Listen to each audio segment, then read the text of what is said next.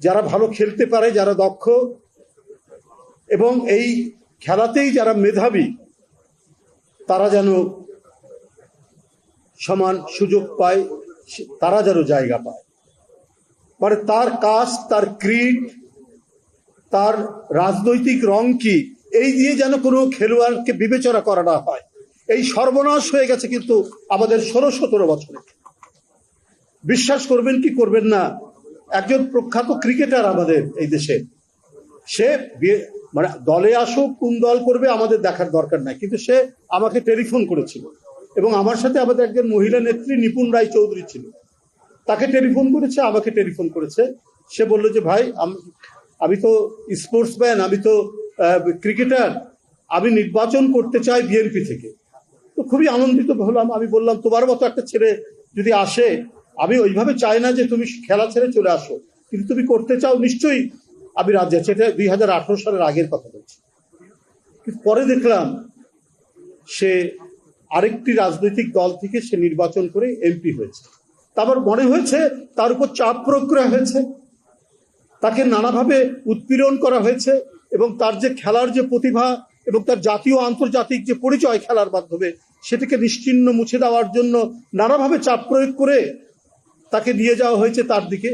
এটা কেন? এটা তো হতে পারে না। এই যে আমিনুল আজকে ক্রীড়া মন্ত্রী হয়েছে, ও তো খুব বরেণ্য একজন ফুটবলার ছিল, সে গোটা জাতির নেতৃত্ব দিয়েছে ফুটবলে গোটা বিশ্বে। আমি তার মধ্যে দেখেছি খেলার ক্ষেত্রে আমি কোনো বর্ণ বৈষম্য এবং তার রাজনৈতিক রং কি হবে, তার রাজনৈতিক রং থাকা যাবে কিনা এবং কি হবে, আমি তার সাথে অনেক ইন্টারাকশন করেছি, মিথস্ক্রিয়া হয়েছে, আমি তার মধ্যে পাইনি। যদিও সে তখন বিএনপিতে মোটামুটি ভাবে একজন দক্ষ নেতা হিসাবে নিজেকে গড়ে তুলেছে। কিন্তু স্পোর্টসের ক্ষেত্রে যে প্রতিভাবান, যার যোগ্যতা আছে, যার দক্ষতা আছে, যার মেধা আছে, তাকেই তো নিয়ে আসবে।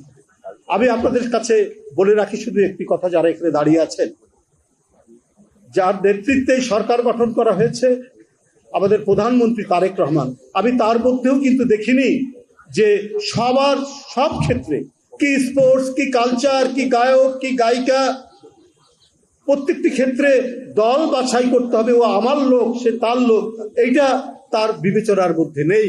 এবং আমি দৃঢ়তার সাথে বলতে চাই, একজন ক্রিকেটার, একজন ফুটবলার, একজন অ্যাথলেট, সে যদি এই জাতির সন্তান হয়ে থাকে, সে যদি তার মেধা এবং দক্ষতার পরিচয় দিয়ে সে যদি আন্তর্জাতিক মান হয়ে থাকে, তার রাজনৈতিক পরিচয়, তার পিতার পরিচয়, তার বাবার পরিচয় যাই থাকুক না কেন, সে মূল্যায়িত হবে, সে জায়গা পাবে, সে স্থান পাবে।